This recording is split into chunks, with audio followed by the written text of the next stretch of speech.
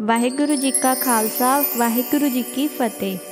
साखी श्री मुखबाग पातशाह दसवीं। श्री गुरु तेग बहादुर साहिब जी नामे पातशाह गुरु के बाग कुक्के वाली जिला श्री अमृतसर जी विखे दीवान लाए के बैठे थे। एक पंडित ज्योतिषी आके अर्ज करी कि गुरु जी मैं ज्योतिष विद्या जानता हाँ। गुरु जी ब्राह्मण विद्वान देखकर आदर मान किया, निवास दिया। एक दिन पंडित माता जी दे दर्शन को महलों में गया और अर्ज करी, माता जी मैं ज्योतिषी हाँ।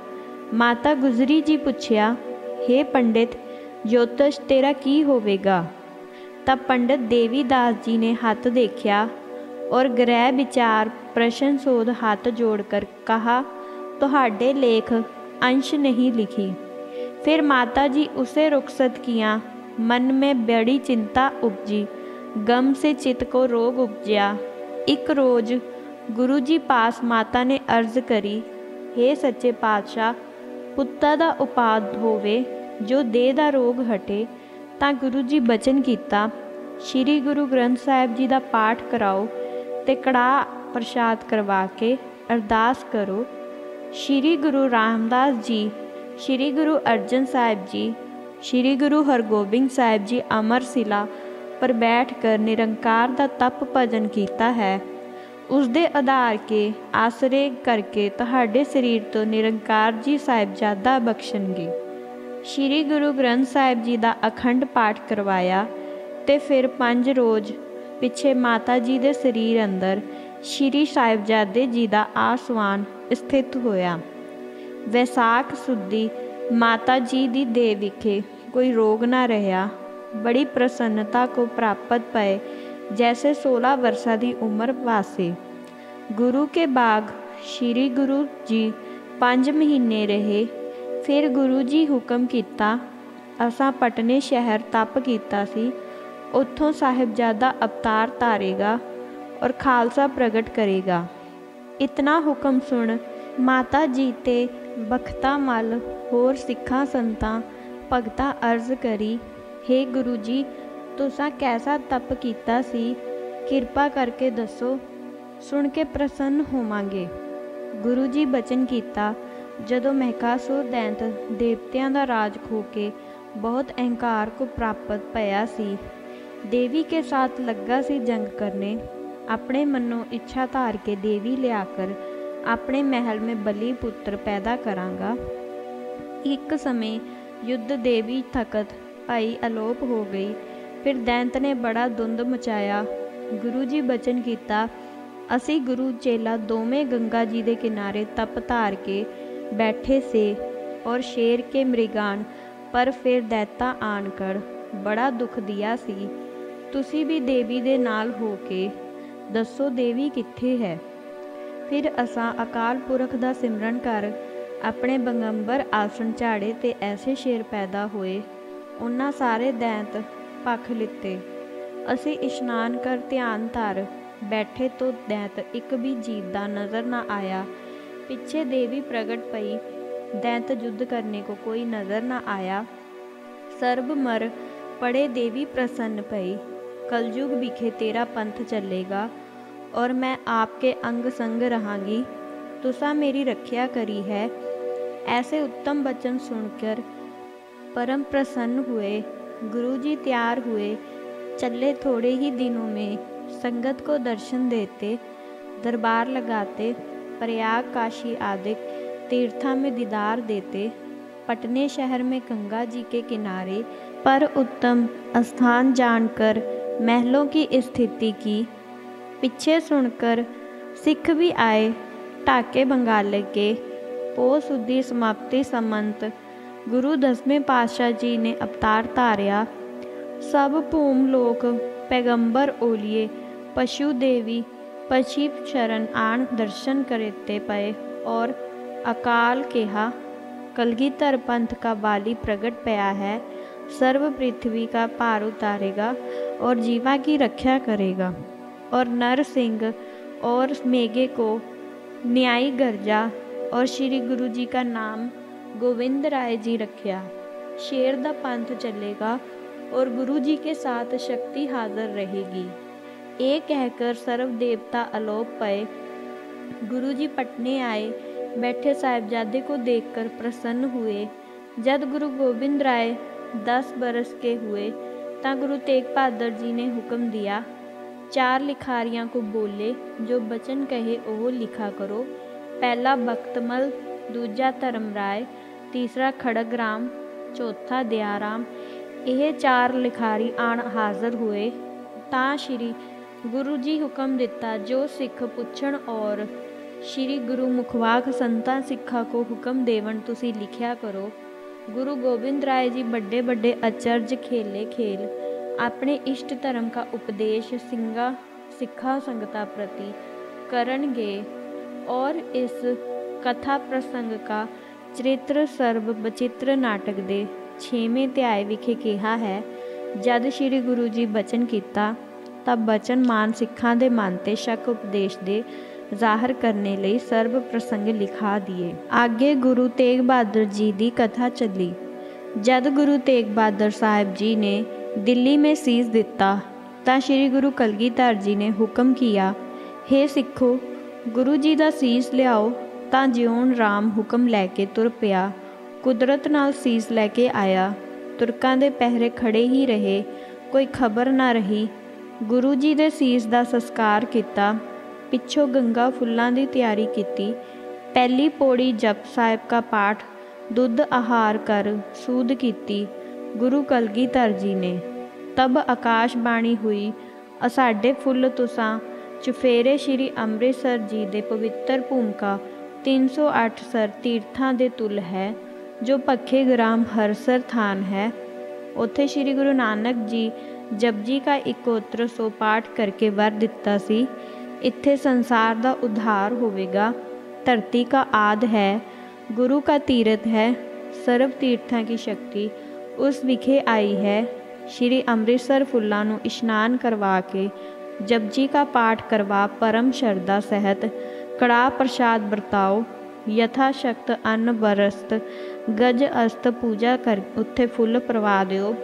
सिखां पुछया, गुरु सच्चा पातशाह संगत आखदी है अगे जितने गुरु होए हन उन्हां को गुरु जी अपने हत्थी गुरियाई दा छत्र चोर ते सिर ते फिरदे से तां तखत उत्ते गुरु जी बैठदे से।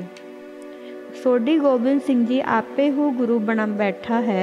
नाले तुसां आखदे हो जी गुरु नानक साहिब जी दी 10 अवतारां दी एक जोत है। असीं तां प्रतीत करांगे जे गुरु गोबिंद सिंह जी सानूं 10 अवतारां दा एकत्र दर्शन करवाएगा। गुरु जी हुक्म दिता, सिखो, अमृत वेले साडे हजूर बैठ कर बाणी का पाठ करया करो।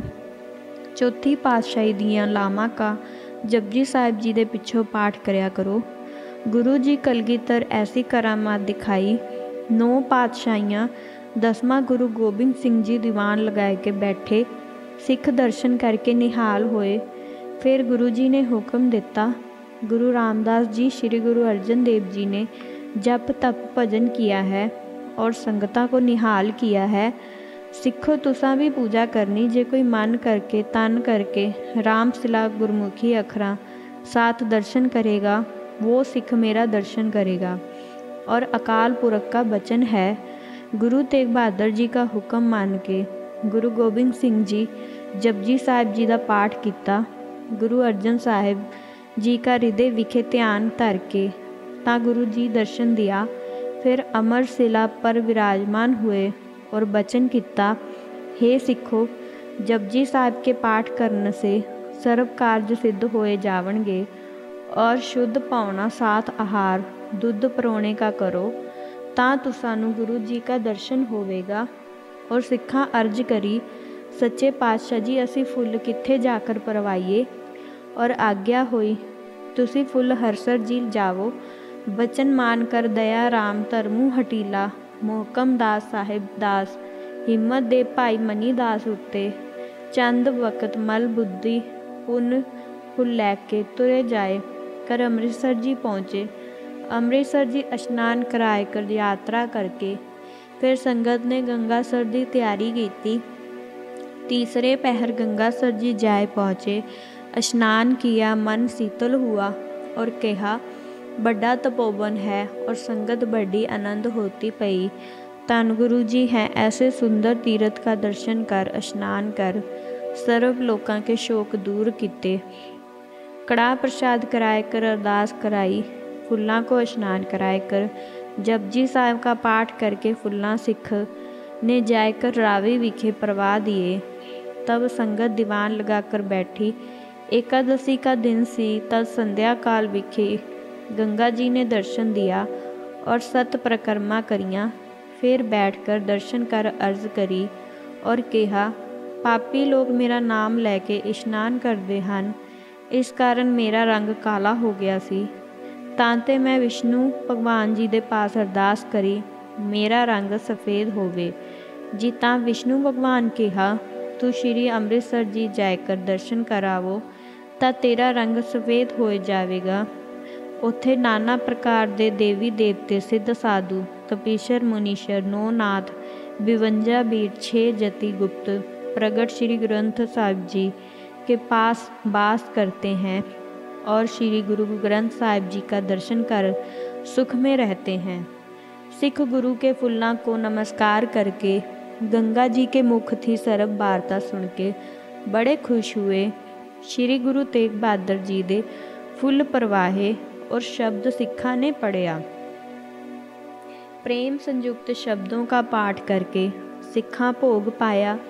फिर गंगा ने कहा, हे गुरु जी के सिखो, विष्णु भगवान जी कहा, जपजी पाठ करे करावे उसकी 84 कट्टी जाएगी।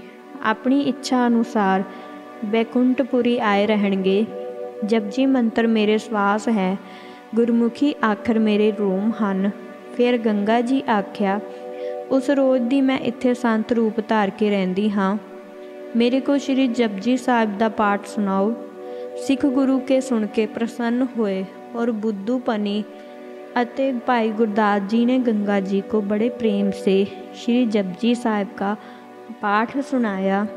गंगा जी सुनकर निहाल होई तां सिखा संता पुछया, गंगा जी तैनू भगीरथी नदी दे कितने बरस रहण दा हुक्म है? तां गंगा जी कहा, हे सिखो, मेरा मन इत्थों जाना नहीं पसंद करता। श्री अकाल पुरख दे हुक्म नाल मैं आई हाँ। जो मेरे दर्शन की इच्छा करे स्नान पहले खूह पर, पुनर् श्री ਅੰਮ੍ਰਿਤਸਰ सरोवर हरसर में शुद्ध मन से करके फिर जपजी साहिब जी का 7100 पाठ करेगा, तिसको प्रत्यक्ष मैं दर्शन देवांगी।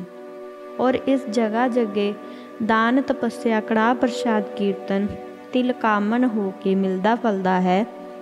इस जगह बहुत संत गुप्त प्रगट रहेंगे, नाम की प्रवाह चलेगा, दिनों दिन कला सवाई होवेगी।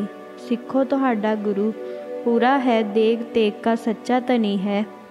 इसकी दुहाई 4 कुंट फिरेगी, बड़ा भारी पंथ प्रगट करेगा। शब्द अविचल नींव तरे गुरु नानक, नित नित चढ़े सवाए, इसमें और अकाल पुरख में अभेदता है। हे सिखो, गुरु जी के सच्चे मन से सेवा करो। मीरी पीरी का मालक तुहाडा सतगुर है। 10 पातशाहियाँ गुरु गुरु नानक, गुरु गोबिंद सिंह एक रूप जानो। हे सिखो, यह तीर्थ बहुत पुराना है। जो इस जगह स्नान कर दर्शन करे, तिसको गंगा जी का दर्शन होवेगा। पहोए कुरुक्षेत्र का कुछ काम नहीं, यहाँ सतगुरु जी के तीर्थ का निवास है। सिख सुन के बड़े राजी हुए, धन धन गुरु का तीर्थ। इतना कहकर गंगा जी अलोप हो गई और सिख श्री वाहिगुरु जी का जाप करन लगे। वाहिगुरु जी का खालसा, वाहिगुरु जी की फतेह।